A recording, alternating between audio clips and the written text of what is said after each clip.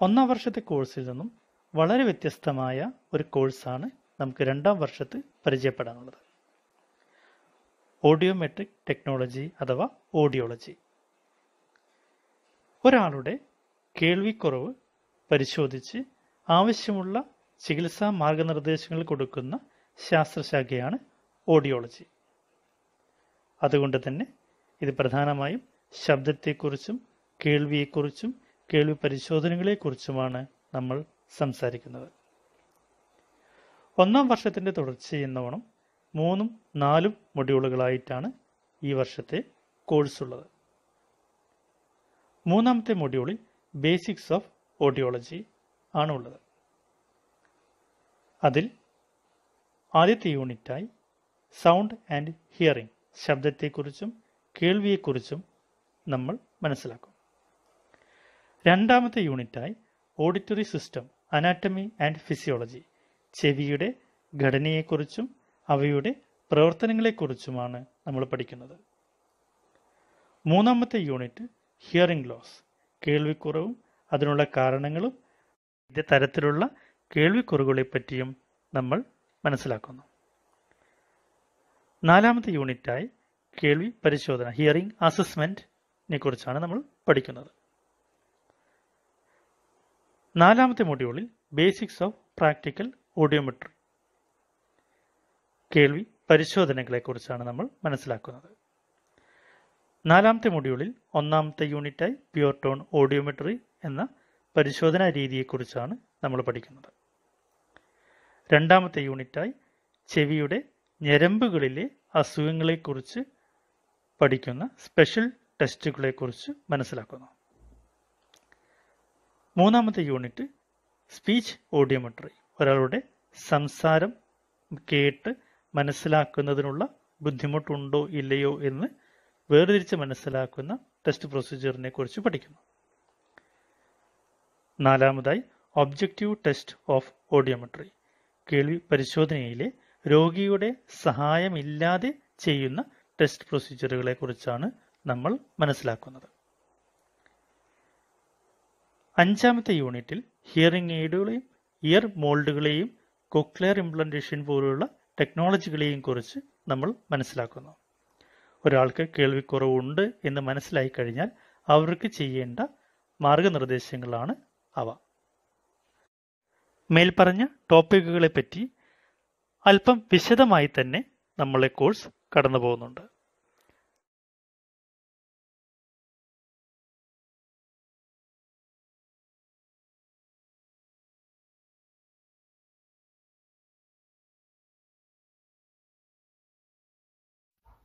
കാഴ്ചക്കുറവ്, കേൾവിക്കുറവ്, സംസാര വൈകല്യങ്ങൾ, നടത്തത്തിനും എഴുതുന്നതിനും വായിക്കുന്നതിനും ചിന്തിക്കുന്നതിനുമൊക്കെയുള്ള ബുദ്ധിമുട്ട് എന്നീ ബുദ്ധിമുട്ട് അനുഭവിക്കുന്ന ഭിന്നശേഷിയുള്ളവരെ സമൂഹത്തിൻ്റെ മുഖ്യധാരയിലേക്ക് കൊണ്ടുവരുന്ന മാനേജ്മെൻറ്റ് ഓപ്ഷനെയാണ് നമ്മൾ റീഹാബിലിറ്റേഷൻ എന്ന് പറയുന്നത്. So audiology is A rehabilitation focused profession. Rehabilitation of disability. Audiology എന്നത് ഒരു റീഹാബിലിറ്റേറ്റീവ് പ്രൊഫഷൻ ആണ് എന്ന് നമ്മൾ പറഞ്ഞുവല്ലോ. എന്താണ് റീഹാബിലിറ്റേഷൻ ഓഫ് ഡിസബിലിറ്റി? ഡിസബിലിറ്റി എന്നത് പലരും കേട്ട് കാണും. ഡിസബിലിറ്റി എന്നാൽ എന്താണ്? ഒരാൾ കാണുന്നത് പോലെ മറ്റൊരാൾക്ക് കാണാൻ പറ്റുന്നില്ല എങ്കിൽ, ഒരാൾ കേൾക്കുന്നത് പോലെ മറ്റൊരാൾക്ക് കേൾക്കാൻ പറ്റുന്നില്ല എങ്കിൽ, ഒരാൾ നടക്കുന്നത് പോലെ മറ്റൊരാൾക്ക് നടക്കാൻ പറ്റുന്നില്ല എങ്കിൽ, ഒരാൾ ചിന്തിക്കുന്നത് പോലെ അല്ലെങ്കിൽ കാര്യങ്ങൾ മനസ്സിലാക്കുന്നത് പോലെ മറ്റൊരാൾക്ക് ഇത് ചെയ്യാൻ പറ്റുന്നില്ല എങ്കിൽ, ഒരാൾ സംസാരിക്കുന്നത് പോലെ മറ്റൊരാൾക്ക് സംസാരിക്കാൻ പറ്റുന്നില്ല എങ്കിൽ, അത്തരം ആളുകളെയാണ് നമ്മൾ ഡിസബിലിറ്റി ഉള്ളവർ എന്ന് കണക്കാക്കുന്നത്. മലയാളത്തിൽ നമ്മളവരെ ഭിന്നശേഷിയുള്ളവർ എന്ന് വിളിക്കുന്നു. സമൂഹത്തിൻ്റെ വളരെ ശ്രദ്ധയും സഹകരണവും ഇവർക്ക് അത്യാവശ്യമാണ്. ഇവർക്ക് കൊടുക്കുന്ന സ്പെഷ്യൽ കെയർ ഒരു പരിഷ്കൃത സമൂഹത്തിൻ്റെ ഉത്തമ ലക്ഷണമാണ്.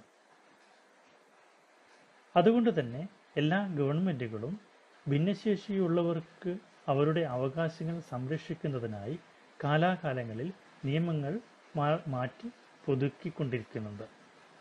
ഏറ്റവും അവസാനം 2016 നിലവിൽ വന്ന right of persons with disability act RPWD act. അതിൽ ഭിന്നശേഷിയെ ഏകദേശം 21 കാറ്റഗറീസ് ആക്കിയിട്ടാണ് തിരിക്കുന്നത്. Blindness, low vision, leprosy cured persons, hearing impairment, locomotor difficulty, dwarfism, intellectual difficulty, mental illness, autism spectrum disorders, cerebral palsy, muscular dystrophy, chronic neurological condition, specific learning disabilities, multiple sclerosis, speech language difficulty, thalassaemia, haemophilia, sickle cell disease അതൊക്കെ ബ്ലഡിൻ്റെ അസുഖങ്ങളാണ്. Multiple disabilities, ഒന്നോ രണ്ടോ disabilities ഒരുമിച്ചുണ്ടാവുന്ന condition, acid victim, Parkinson's disease എന്നീ 21 കാറ്റഗറീസിലാണ് നമ്മളുടെ ഇപ്പോഴത്തെ disability categorisation പോകുന്നത്. ഇതിൽ ചുവന്ന നിറത്തിൽ എഴുതിയിരിക്കുന്ന ഡിസബിലിറ്റി ഉള്ള ആളുകളെ സഹായിക്കുക എന്നതാണ് ഒരു audiology and speech language pathology കഴിഞ്ഞ പ്രൊഫഷണലുകളുടെ പ്രധാന ധർമ്മം. കേൾവിക്കുറവിനെ കുറിച്ച് കുറച്ച് കണക്കുകൾ നമുക്ക് പരിശോധിച്ചാലോ? ലോകാരോഗ്യ സംഘടനയുടെ കണക്കുകൾ പ്രകാരം ഏകദേശം 466 മില്യൺ ആളുകൾക്ക് കേൾവിക്കുറവ് ഉണ്ട്. അത് ലോക ജനസംഖ്യയുടെ ഏകദേശം 5% വരും. 466 മില്യൺ എന്നാൽ 46.6 കോടി ആൾക്കാർ. അതിൽ 43.2 കോടി ആൾക്കാർ മുതിർന്നവരും 3.4 കോടി കുഞ്ഞുങ്ങളുമാണ്. ഈ കണക്കുകളുടെ ഒരു പ്രൊജക്റ്റൈൽ സ്കെയിലിൽ നോക്കുമ്പോൾ 2030 ആകുമ്പോഴേക്കും ലോകത്ത് 63 കോടി ശ്രവണ വൈകല്യമുള്ള ആളുകൾ ഉണ്ടാവും.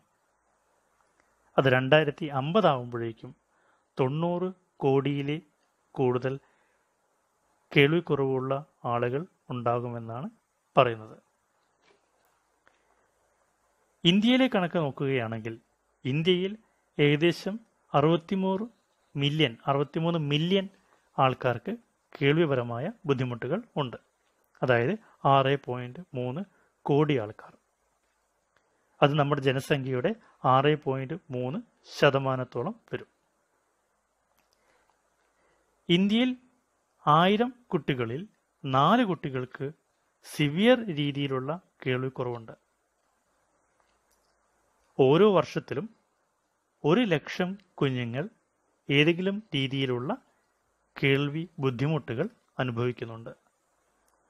ഈ കണക്കുകൾ കാണിക്കുന്നത് കേൾവിക്കുറവ് ഉള്ള ആളുകൾ നമ്മുടെ സമൂഹത്തിൽ വളരെ ബുദ്ധിമുട്ട് അനുഭവിച്ച് ജീവിച്ചുകൊണ്ടിരിക്കുന്നുണ്ട്. പലപ്പോഴും അവരിലേക്ക് നമ്മുടെ സേവനങ്ങൾ എത്തിപ്പെടുന്നുണ്ടോ എന്നുള്ളത് നമ്മൾ നമ്മളോട് തന്നെ ചോദിക്കേണ്ട ചോദ്യമാണ്. ഇത്തരം ആളുകളുടെ പുനരധിവാസത്തിന് അഥവാ റീഹാബിലിറ്റേഷന് ഡെഡിക്കേറ്റഡ് ആയിട്ടുള്ള ഒരു യുവതലമുറയുടെ ആവശ്യമുണ്ട്. അതുകൊണ്ട് തന്നെ ഈ കോഴ്സ് തിരഞ്ഞെടുത്ത നിങ്ങൾ ഓരോരുത്തരെയും ഞാൻ അഭിനന്ദിക്കുന്നു. കേൾവി എത്രത്തോളം പ്രധാനമാണെന്ന് ആർക്കും സംശയം ഉണ്ടാവില്ലല്ലോ. അതുകൊണ്ട് തന്നെ കേൾവിയുടെ പ്രാധാന്യത്തെപ്പറ്റിയും ചെവി സംരക്ഷണത്തിൻ്റെ ആവശ്യകതയെപ്പറ്റിയും പൊതുജനങ്ങളിൽ അവബോധം സൃഷ്ടിക്കുന്നതിന് എല്ലാ വർഷവും മാർച്ച് 3-ാം തീയതി ലോകാരോഗ്യ സംഘടനയുടെ നേതൃത്വത്തിൽ വേൾഡ് ഹിയറിംഗ് ഡേ ആയി ആചരിക്കുന്നുണ്ട്. വിവിധ പ്രൊഫഷണലുകളും മറ്റ് സന്നദ്ധ പ്രവർത്തകരും ഈ ദിനത്തിൽ സാമൂഹിക അവബോധം സൃഷ്ടിക്കുന്നതിന് പല പരിപാടികളും ആസൂത്രണം ചെയ്യാറുണ്ട്. അടുത്തതായി key for rehabilitation of disability. ഒരു ഡിസബിലിറ്റി ഉള്ള കുട്ടിയുടെ അല്ലെങ്കിൽ മുതിർന്ന ആളുടെ റീഹാബിലിറ്റേഷൻ്റെ ഏറ്റവും ഇമ്പോർട്ടൻ്റ് ആയിട്ടുള്ള കാര്യം എന്താണെന്ന് നമുക്ക് നോക്കാം. That is early identification and intervention. ഒരു കുട്ടിക്ക് കേൾവിക്കുറവ് ഉണ്ടോ ഇല്ലയോ എന്നുള്ളത് എത്രയും നേരത്തെ കണ്ടെത്തുക എന്നുള്ളതാണ് ഏറ്റവും ഇമ്പോർട്ടൻ്റ് ആയിട്ടുള്ള കാര്യം. കണ്ടെത്തിക്കഴിഞ്ഞാൽ അതിനുള്ള പ്രതിവിധികൾ ചെയ്യുക എന്നത് തൊട്ടടുത്ത സ്റ്റേജ്. ഇന്ന് നമ്മുടെ സംസ്ഥാനത്ത് എല്ലാ ഗവൺമെൻറ് ആശുപത്രികളിലും സൗജന്യ കേൾവി പരിശോധന സ്ക്രീനിംഗ് നടത്തുന്നുണ്ട്. ആ സ്ക്രീനിങ്ങിൽ എന്തെങ്കിലും കുഴപ്പം കണ്ടെത്തുകയാണെങ്കിൽ ആവശ്യമുള്ള ടെസ്റ്റുകൾ നടത്തുന്നതിന് ഇന്ന് നമുക്ക് സൗകര്യമുണ്ട്. ഒരു കുഞ്ഞു പോലും ശ്രദ്ധിക്കപ്പെടാത്ത കേൾവിക്കുറവുമായി ബുദ്ധിമുട്ട് അനുഭവിക്കരുത് എന്ന ഉദ്ദേശത്തോടു കൂടിയാണ് ഇത് ചെയ്യുന്നത്. ഏർലി ഐഡൻറ്റിഫിക്കേഷൻ കഴിഞ്ഞാൽ അടുത്ത സ്റ്റെപ്പാണ് ഇൻ്റർവെൻഷൻ. ഒരു കുട്ടിക്ക് കേൾവിക്കുറവ് ഉണ്ട് എന്ന് ഡയഗ്നോസ് ചെയ്ത് കഴിഞ്ഞാൽ അടുത്ത സ്റ്റെപ്പാണ് ശ്രവണ സഹായിയുടെ ഉപയോഗം. ഒരു കുഞ്ഞ് ശ്രവണ സഹായി ഉപയോഗിച്ചുകൊണ്ട് സ്പീച്ച് ലാംഗ്വേജ് തെറാപ്പി അറ്റൻഡ് ചെയ്യേണ്ടത് അത്യാവശ്യമാണ്. ചില സന്ദർഭങ്ങളിൽ വളരെ ഉയർന്ന തീവ്രത കൂടിയ കേൾവിക്കുറവുള്ള കുട്ടികളിൽ ശ്രവണ സഹായി അത്രത്തോളം ഉപയോഗപ്രദമായി കാണാറില്ല. അത്തരം കുട്ടികൾക്ക് നമ്മൾ കോക്ലിയർ ഇംപ്ലാന്റേഷൻ എന്ന പ്രൊസീജിയറിലൂടെ കേൾപ്പിക്കേണ്ടതായിട്ട് വരും.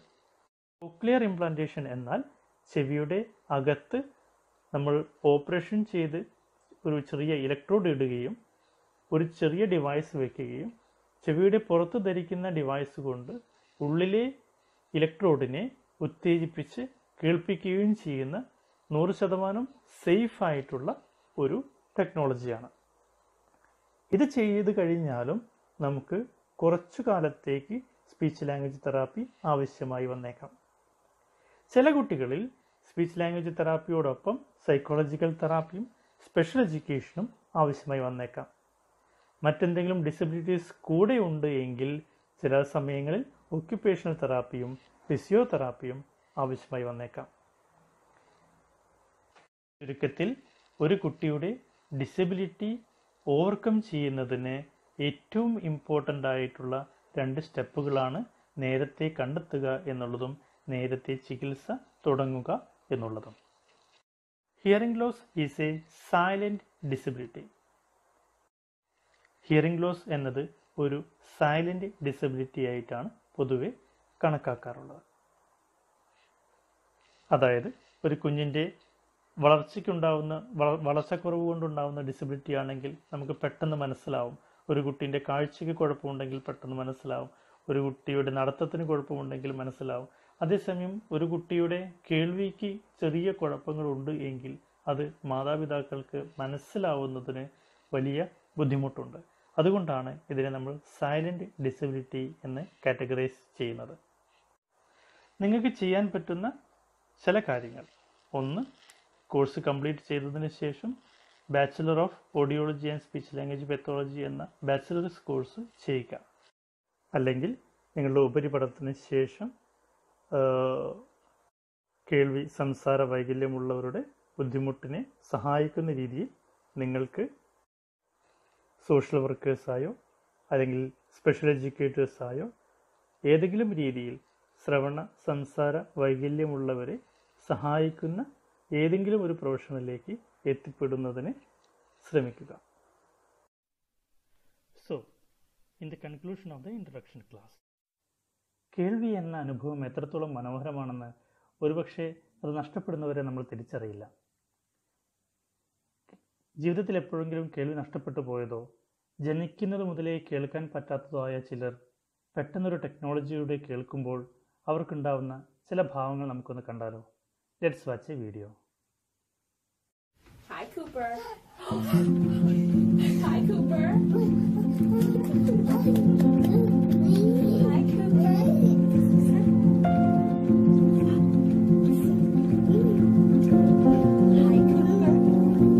Hi, baby. No, I'm doing that. I'm sorry.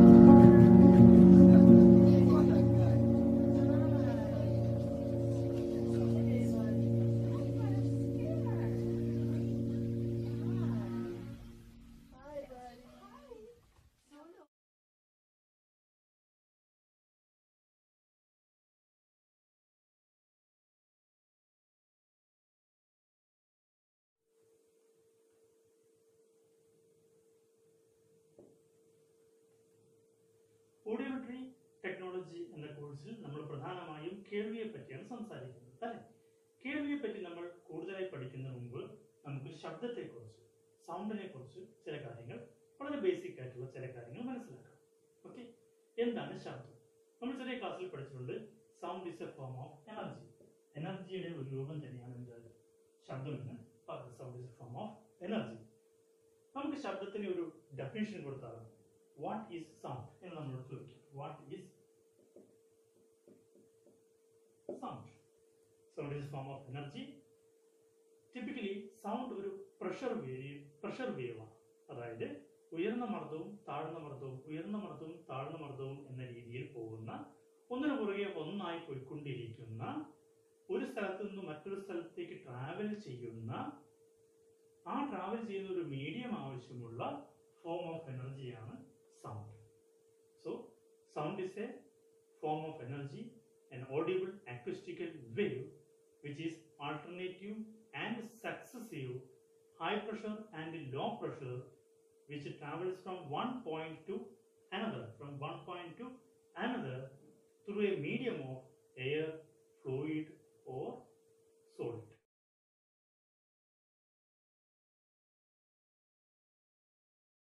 ശബ്ദത്തിന്റെ ഡെഫിനിഷൻ ഒന്നുകൂടെ നോക്കിയാലോ. Sound is an audible acoustical wave of alternating and successive high pressure and low pressure that travels from one place to another through a medium of solid, liquid or gas. ശബ്ദം എന്നാൽ കേൾക്കാൻ സാധിക്കുന്ന ഒരു അക്യൂസ്റ്റിക്കൽ wave ആണ്. അത് ഉയർന്ന മർദ്ദത്തിന്റെയും താഴ്ന്ന മർദ്ദത്തിന്റെയും ആൾട്ടർനേറ്റീവും സക്സസീവും, ആൾട്ടർനേറ്റീവ് എന്ന് പറഞ്ഞാൽ ഒന്നിടവിട്ടിട്ടും നിരന്തരമായി വന്നുകൊണ്ടിരിക്കുന്ന ഉയർന്ന മർദ്ദത്തിന്റെയും താഴ്ന്ന മർദ്ദത്തിന്റെയും form of wave form, acoustical wave form ആണ്. That travels from one place to another. അത് ഒരു സ്ഥലത്ത് നിന്ന് മറ്റൊരു സ്ഥലത്തേക്ക് സഞ്ചരിച്ചുകൊണ്ടിരിക്കും. ശബ്ദത്തിന് എവിടെയും കോൺസ്റ്റന്റ് നിൽക്കാൻ പറ്റില്ല, അത് സഞ്ചരിച്ചുകൊണ്ടിരിക്കും, അല്ലെങ്കിൽ അത് ഡിസിപ്പിയർ ആയിക്കൊണ്ടിരിക്കും. Okay, that travels from one place to another through a medium of solid, liquid or gas. ശബ്ദം വായുവിലൂടെ മാത്രമാണോ സഞ്ചരിക്കുക? അല്ല, ലിക്വിഡിലൂടെയും സഞ്ചരിക്കും, സോളിഡിലൂടെയും സഞ്ചരിക്കും. താഴെ കാണിച്ചിരിക്കുന്ന ചിത്രം ഒന്ന് ശ്രദ്ധിക്കൂ. ഒരു ട്യൂണിംഗ് ഫോർക്കിന്റെ ചിത്രം അല്ലെ? ഒരു ട്യൂണിംഗ് ഫോർക്ക്. ഒരു ശബ്ദം ഉണ്ടാവുന്നതിന് ഒരു സോഴ്സ് ആവശ്യമാണ്. ഒരു സോഴ്സിലൂടെ മാത്രമേ ഒരു ശബ്ദം ഉണ്ടാവുകയുള്ളൂ. ആ സോഴ്സ് വൈബ്രേറ്റ് ചെയ്യുന്ന സോഴ്സ് ആയിരിക്കും. അതായത് ഒരു വൈബ്രേഷനിലൂടെ മാത്രമേ ശബ്ദം ഉണ്ടാവുകയുള്ളൂ എന്ന് ചുരുക്കം. ഒരു ട്യൂണിംഗ് ഫോർക്ക് വൈബ്രേറ്റ് ചെയ്യുമ്പോൾ ഒരു ശബ്ദം ഉണ്ടാവുന്നുണ്ട് അല്ലെ? നമ്മൾ ട്യൂണിംഗ് ഫോർക്ക് അടിച്ച് നമുക്ക് ചെവിയിൽ വെച്ച് നോക്കിയാൽ നമ്മളത് കേൾക്കും. സോ ഈ കേസിൽ ട്യൂണിംഗ് ഫോർക്കാണ് വൈബ്രേറ്റിംഗ് സോഴ്സ് എന്ന് പറയുന്നത്. ഈ ട്യൂണിംഗ് ഫോർക്ക് വൈബ്രേറ്റ് ചെയ്യുമ്പോൾ ചുറ്റിലുമുള്ള എയർ മോളിക്യൂൾസിൽ വൈബ്രേഷൻ ഉണ്ടാക്കുന്നു. അല്ലെങ്കിൽ ഈ ട്യൂണിംഗ് ഫോർക്കിന്റെ വൈബ്രേഷൻ അത് ചുറ്റിലുമുള്ള എയർ മോളിക്യൂൾസിലേക്ക് ട്രാൻസ്ഫർ ചെയ്യുകയും ആ എയർ മോളിക്യൂൾസ് ഈ ട്യൂണിംഗ് ഫോർക്കിന്റെ വൈബ്രേഷന്റെ പ്രൊപ്പോർഷനിൽ വൈബ്രേറ്റ് ചെയ്യാൻ തുടങ്ങുകയും ആ വൈബ്രേഷൻ ക്യാരി ചെയ്ത് ദൂരത്തേക്ക് പോവുകയുമാണ് ചെയ്യുന്നത്. അത്തരത്തിലാണ് ശബ്ദം ഉണ്ടാവുന്നത്. ആ ചിത്രം ഒന്നുകൂടെ ശ്രദ്ധിക്കും. ഒരു ട്യൂണിംഗ് ഫോർക്ക് വൈബ്രേറ്റ് ചെയ്യും അല്ലെ? വൈബ്രേറ്റ് ചെയ്യാനുള്ള ടു ആൻഡ് ഫ്രോ മോഷൻ. ഒരു എക്സാമ്പിൾ കൺസിഡർ ചെയ്യും. ഈ ട്യൂണിംഗ് ഫോർക്കിൽ നമ്മൾ സ്ട്രൈക്ക് ചെയ്തു. ഓക്കെ, ഈ ട്യൂണിംഗ് ഫോർക്കിന്റെ ഈ എഡ്ജ് ലീഫ് മാത്രം കൺസിഡർ ചെയ്യുക. സ്ട്രൈക്ക് ചെയ്യുമ്പോൾ ആദ്യം ട്യൂണിംഗ് ഫോർക്കിന്റെ ലീഫ് എങ്ങോട്ട് പോകും? ഉള്ളോട്ട് പോകും. ഉള്ളോട്ട് പോയി മാക്സിമം അത് ഉള്ളിലെത്തിക്കഴിഞ്ഞാൽ, ഇൻവേർഡ് മോഷന്റെ മാക്സിമത്തിൽ എത്തിക്കഴിഞ്ഞാൽ അതിന്റെ റീക്വയർഡ് പ്രോപ്പർട്ടി കാരണം അത് എങ്ങോട്ട് പോകും? മീഡിയൽ പൊസിഷനിൽ അല്ലെങ്കിൽ നടുഭാഗത്തേക്ക് പോയി വീണ്ടും അതെങ്ങോട്ട് പോകും? അതിന്റെ ഇലാസ്റ്റിക് പ്രോപ്പർട്ടി കാരണം അത് പുറത്തേക്ക് പോകും. ഓക്കെ, സോ ഈ ഇൻവേർഡ് ആൻഡ് ഔട്ട്വേർഡ് മോഷനെയാണ് നമ്മൾ എന്ത് പറയുന്നത്? വൈബ്രേഷൻ എന്ന് പറയുന്നത്. ഇവിടെയുള്ള ഇൻവേർഡ് ആൻഡ് ഔട്ട്വേർഡ് മൂവ്മെന്റിനെയാണ് നമ്മൾ എന്ത് പറയുന്നത്? വൈബ്രേഷൻ എന്ന് പറയുന്നത്. സോ ഈ പുറത്തേക്ക് പോയി കഴിഞ്ഞ ഈ ലീഫ്, ഈ എഡ്ജ് മാക്സിമം പുറത്തേക്ക് പോയി കഴിഞ്ഞതിന് ശേഷം അതിന്റെ ഇലാസ്റ്റിക് പ്രോപ്പർട്ടി കാരണം വീണ്ടും എങ്ങോട്ട് വരും? നടുവിലേക്ക് വരും. വീണ്ടും അത് ഉള്ളോട്ട് പോകും. Outward inward outward inward motion ആണ് ഉണ്ടാക്കുന്നത്. ആ സമയത്ത്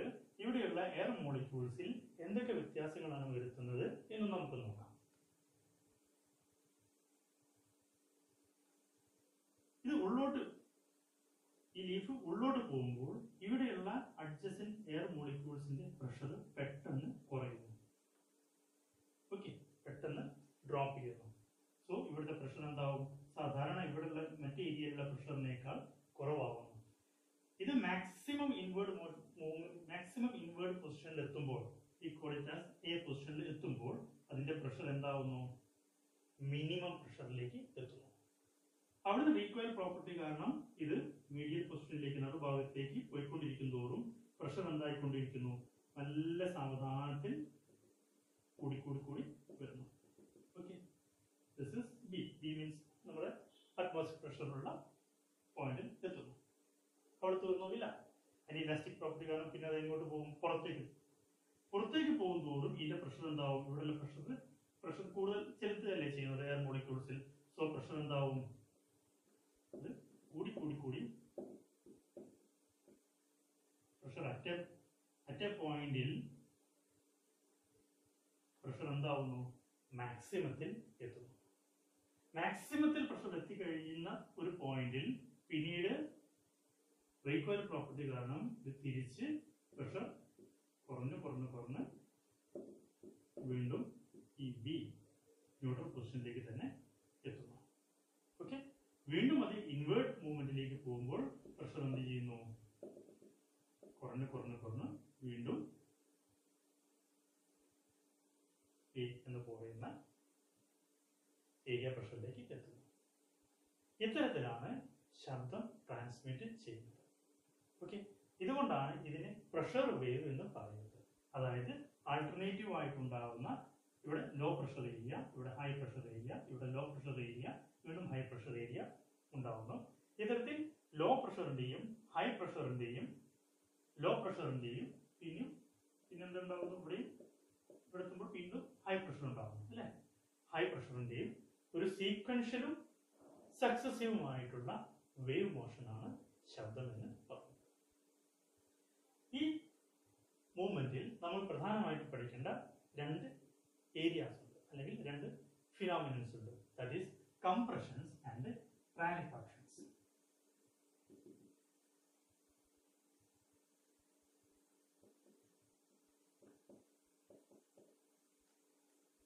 ഉയർന്ന പ്രഷർ വരുന്ന ഏരിയകളെയാണ് നമ്മൾ കംപ്രഷൻ എന്ന് പറയുന്നത്. പ്രഷർ കുറഞ്ഞു വരുന്ന ഏരിയകളെയാണ് നമ്മൾ റാരിഫാക്ഷൻ എന്ന് പറയുന്നത്. ഈ ഒരു പ്രഷർ വേരിയേഷൻസ് മനസ്സിലാവാൻ ഇച്ചിരി ബുദ്ധിമുട്ടുണ്ട് എന്ന് തോന്നും അല്ലെ? ഇതിന് നമ്മൾ ഗ്രാഫിക്കലി വരച്ചു കഴിഞ്ഞാൽ കുറച്ചുകൂടി എളുപ്പത്തിൽ മനസ്സിലാക്കാൻ പറ്റുമെന്ന് തോന്നും. ഒരു ഗ്രാഫിക്കലി നമുക്ക് ഇതിനെ എങ്ങനെ വരയ്ക്കാം? നമ്മളൊരു പ്രഷർ ഗ്രാഫാണ് വരയ്ക്കാൻ പോകുന്നത്. അതായത് സീറോ എന്ന് മാർക്ക് ചെയ്യുന്നത് നോർമൽ പ്രഷർ വേരിയേഷൻ ഒന്നും ഇല്ലാതെ നമ്മുടെ ചുറ്റുവട്ടത്തുള്ള പ്രഷർ എന്ന് സങ്കല്പിക്കും. 24 പെട്ടെന്ന് നമ്മൾ അടിക്കുമ്പോൾ പെട്ടെന്ന് നെഗറ്റീവ് പ്രഷർ ഉണ്ടാകും, അല്ലെങ്കിൽ പ്രഷർ കുറയും അല്ലെ? അതായത് പ്രഷർ കുറഞ്ഞ് കുറഞ്ഞ് കുറഞ്ഞ് ഈ എ എന്ന പോയിന്റിൽ എത്തുമ്പോഴേക്കും പ്രഷർ എന്താവുന്നു? ഏറ്റവും മിനിമത്തിലെത്തും. എ എന്ന പോയിന്റിൽ നിന്ന് വീണ്ടും തിരിച്ച് മീഡിയൽ പൊസിഷനിലേക്ക് അല്ലെങ്കിൽ മധ്യഭാഗത്തേക്ക് എത്തും തോറും പ്രഷർ എന്താവുന്നു? നല്ല സാവധാനത്തിൽ കൂടി കൂടി പ്രഷറിലേക്ക് എത്തും. അവിടുന്ന് ഔട്ട്വേർഡ് മൂവ്മെന്റിലേക്ക് പോകുമ്പോൾ എന്ത് സംഭവിക്കുന്നു? പ്രഷർ കൂടി കൂടി കൂടി കൂടി അതിന്റെ മാക്സിമത്തിലെത്തുന്നു. മാക്സിമത്തിലെത്തി വീണ്ടും മീഡിയൽ പൊസിഷനിലെത്തുന്നു. വീണ്ടും അവിടുന്ന് കുറഞ്ഞ് മിനിമത്തിലെത്തുന്നു. അവിടുന്ന് വീണ്ടും കൂടി ന്യൂട്രൽ പൊസിഷനിലെത്തുന്നു. അവിടുന്ന് വീണ്ടും